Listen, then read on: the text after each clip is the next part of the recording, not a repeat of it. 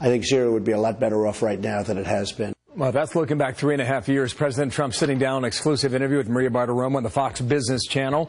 That chemical attack in Syria clearly revealing a deal between the U.S. and Russia to rid Syria of chemical weapons was a failure. Marie Harf was a State Department spokesperson during the Obama years and a Fox News contributor now. Marie, welcome back here to America's News. Happy to be here. I haven't spoken to you since last week. Did you support what the president did in Syria last week?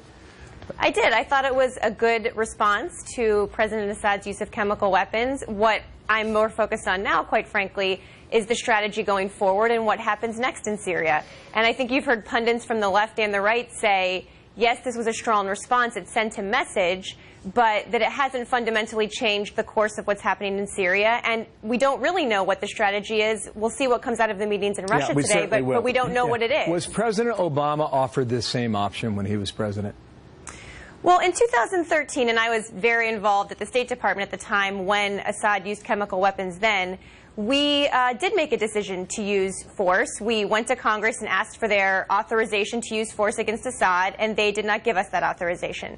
So what my former boss, John Kerry, did, and there's been so much talk about this, including from President Trump in that interview with Maria, what we did was negotiate an agreement that got 1,300 tons of chemical weapons out of Syria. Now, obviously, either they may have had 1,400. Well, right. Just come back to the question. Was President Obama offered the same option that President Trump took advantage of last week, essentially hitting an airfield in the middle of the night? So we actually had drawn up military plans that were in some ways more comprehensive for about 24 to 48 hours of strikes against the Assad regime. But let me go back. This is a really key point, Bill, because when Congress did not authorize that, and look, you can argue that we shouldn't have gone to Congress, that President Obama should have just attacked. We were able to get 1,300 tons of weapons out. Now, you're right. Either they hid some that we didn't know about, or they've made more in the last 3.5 years. So it was not a perfect agreement. Or the Russians didn't do the job, or they didn't keep their end of the bargain. You can see now because they look at Assad and Syria as an ally. Now, here's the headline, Wall Street Journal. Syria attack exposes failed deal to rid regime of chemical weapons. And some people are calling it one of the worst-kept secrets in global diplomacy.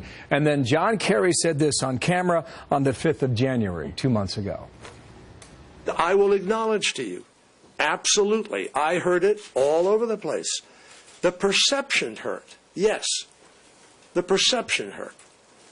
But the perception came about despite the fact that we actually got a far better result of getting all of the weapons of mass destruction out of Syria without dropping a bomb. In hindsight, we look at that and we hear President Obama talk about the deal and Susan Rice as well. And I don't know if they were duped.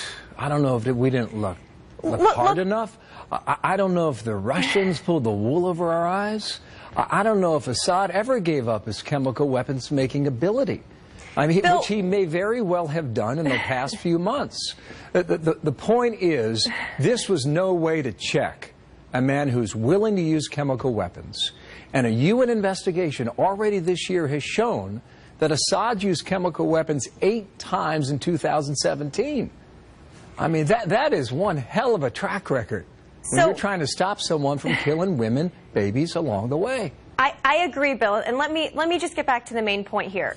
Obviously, the Assad regime either hid weapons we didn't know about or has made more in the last 3.5 years. Was it a perfect agreement? No. But I really think we cannot say that getting 1,300 tons, that's 10 times the amount of chemical weapons that the CIA thought Saddam Hussein had, that we went to war over. How do we know that's even true now, based on the results of the past week? Because we took those weapons off. The U.S. military actually helped get them and destroy them. So yes, was it a perfect agreement? No. But I really don't think we should say that today, if we had let them keep those 1,300 tons of weapons, either Assad would still have those, which is a lot more than he has now, or they would be in the hands of ISIS, who now controls a lot of territory where those were being stored.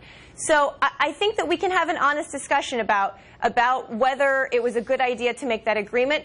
My argument would be, look, we didn't get congressional authorization. We wanted to strike and we couldn't.